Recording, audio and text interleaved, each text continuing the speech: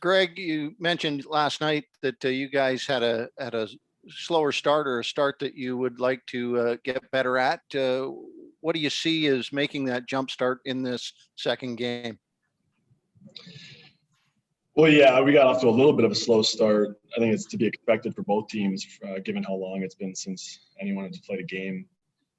So I think naturally the fact that we got through 3 periods yesterday, players got a sense of game timing and feel and worked through some stuff.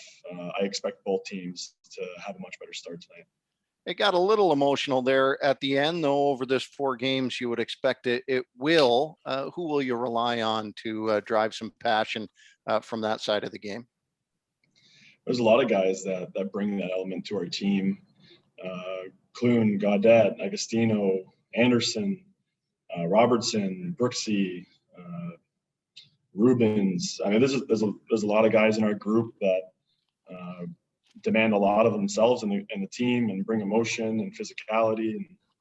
And I expect both teams again to come out pretty hard now that we've got a feel for each other, and there's a little bit of a 4-game series here. So it'll be fun to watch tonight. There'll definitely be higher emotions. We'll go next to David Sis. Go ahead, David. Hey, Greg, thanks for doing this.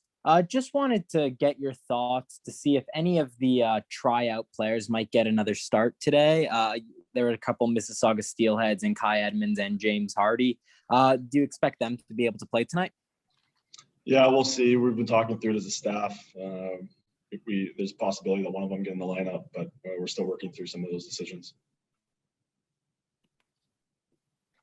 Great. We'll go to Lucas Weiss next. Go ahead, Lucas. Hey, Greg, thanks for doing this. Obviously, as you know, playing the NHL, there's a lot of back-to-backs or home and homes that occur in a normal season. But given this year where there's going to be many games with one opponent, what's the benefit for that from a coaching perspective, just knowing that there's just only a few teams that you're going to game plan for? Yeah, there is a big benefit, especially from a development standpoint.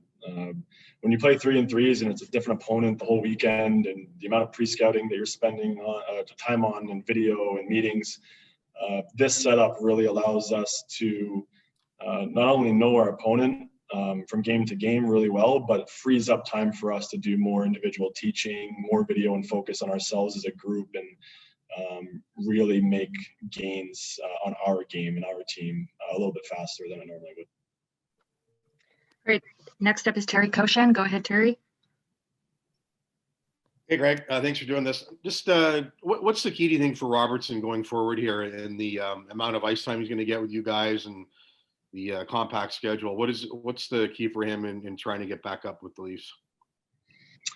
Consistency within his detail, making sure that the defensive side of the game is of mind for him, and he's continuing to work on the consistency of being responsible on the ice and things that Sheldon would expect of him to give him the minutes that he would want to have at that level. Plus continuing to push himself to create offensive chances. And for a lot of these guys, even outside of Nick, it's one game, and it's been a long time for some guys since they've played, and it'll just take a little feeling out to get back to it, and for him to continue to get used to the pace and the speed and the strength compared to the junior game. And he's a really smart player. He adapts really quickly, and it shouldn't take him too long to continue to grow there. With all the guys, including him, is that something you have to keep in mind, or balance, is that, no one's really played in such a long time, and on top of that, they're playing a lot of games in a short amount of time now, and there will be some bumps along the way for everybody. Yeah, it's something we're keeping in mind. We're really, as a staff, just trying to approach every day as a teaching opportunity, a growing opportunity. Where we're really going to maybe get a little grumpy is if the effort's not there. We have a good group. The intent has always been there from day one with them. So we know we're not lacking in that area. So we're really encouraging, teaching, and just making sure that they're getting the reps they need. Thank you, Rick. All right, we'll go with 2 more. Next up is Nick Barden. Go ahead, Nick. Hi, Greg. You weren't able to answer about it last night, but I was wondering if you could provide any more updates on Rasmus Sandin today. Yeah, he's day-to-day with a bone contusion, blocked a shot. So. All right, and lastly to Jacob Stoller. Jacob, go ahead. Hey, Greg. I kind of asked you this yesterday, and I apologize for any redundant questioning, but I'm doing a story on how every AHL coach was utilized differently through the shutdown, and some teams kind of slid their coaches into a hockey ops type role. And I'm wondering how or in what way you were utilized during and before the bubble, and at what point you slid back to your regular duties as being the Marlies head coach. Yeah, during that time, especially before the season got going, I stepped into our development team as a role, just working with them and helping build the schedule and the day-to-day, getting to know their process and what they're doing. And it also helped me as a coach learn the individual priorities and needs of our players that they were working through and what they were doing in the off season. So I definitely took on a role with the development group, which really prepared me and helped me to get ready for the season as well.